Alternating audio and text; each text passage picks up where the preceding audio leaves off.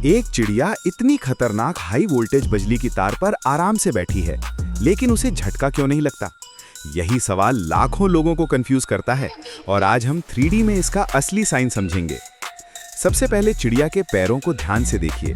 वो सिर्फ एक ही तार को छू रही है और यही इस पूरे रहस्य का सबसे बड़ा जवाब है। बिजली का करंट हमेशा बहने के लिए एक पूरा रास्ता यानी क्लोज्ड पाथ चाहता है। अगर उसके पास जाने और वापस लौटने का पूरा रास्ता नहीं होगा तो डेंजरस करंट फ्लो बन ही नहीं सकता। जब चिड़िया एक ही तार पर दोनों पैर रखती है तो उसके दोनों पैरों पर लगभग एक जैसा वोल्टेज होता है, यानी उसके शरीर के अक्रॉस पोटेंशियल डिफरेंस बनता ही नहीं। और जब पोटेंशियल डिफरेंस लगभग 0 हो तो चिड़िया के शरीर में कोई सिग्निफिकेंट करंट फ्लो नहीं होता, इसलिए उसे इलेक्ट्रिक शॉक महसूस ही नहीं होता। असल में करंट उस तार के अंदर ही बह रहा होता है, क्योंकि वहां रेजिस्टेंस बहुत कम होता है। चिड़िया का शरीर उस समय करंट के लिए कोई जरूरी ऑल्टरनेट पाथ प्रोवाइड नहीं कर रहा होता। बिजली हमेशा सबसे आसान रास्ता चुनती है और उस समय तार का रास्ता ही सबसे आसान होता है। इस पूरे मिस्ट्री का गोल्डन रूल बहुत सिंपल है। अगर शरीर के दो सिरों के बीच वोल्टेज डिफरेंस नहीं है तो डेंजरस करंट नहीं बहेगा और शॉक भी नहीं लगेगा। लेकिन इंसान के साथ खतरा इसलिए बनता है क्योंकि इंसान अक्सर एक तार के साथ जमीन या दूसरी लाइन को भी छू सकता है।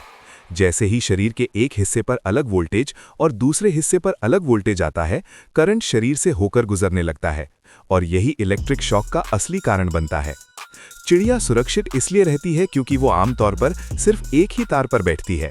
वो एक साथ दूसरी लाइन या ग्राउंड को टच नहीं करती।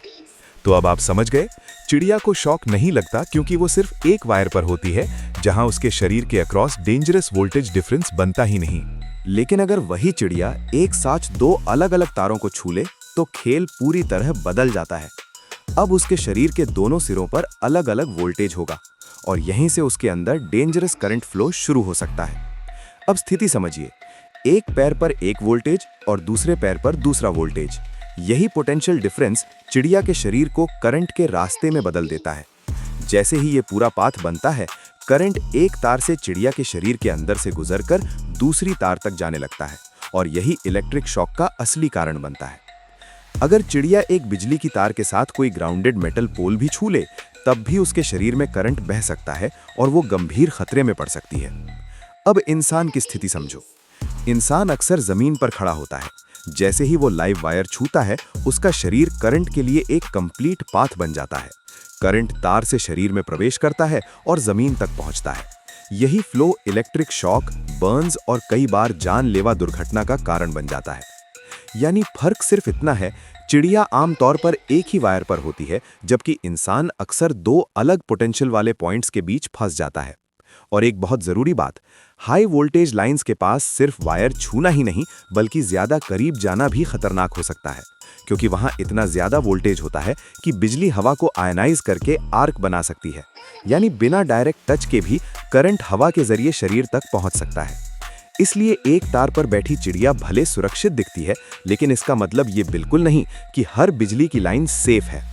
तो पूरा राज एक लाइन में समझ लो, शॉक तभी लगता है जब शरीर के अक्रॉस वोल्टेज डिफरेंस बने और करंट के लिए क्लोज्ड पाथ मिल जाए। एक वायर पर बैठे बर्ड में ये पाथ बनता ही नहीं, इसलिए वो सेफ रहता है। अब आप समझ गए कि बर्ड्स को बिजली का झटका क्यों नहीं लगता।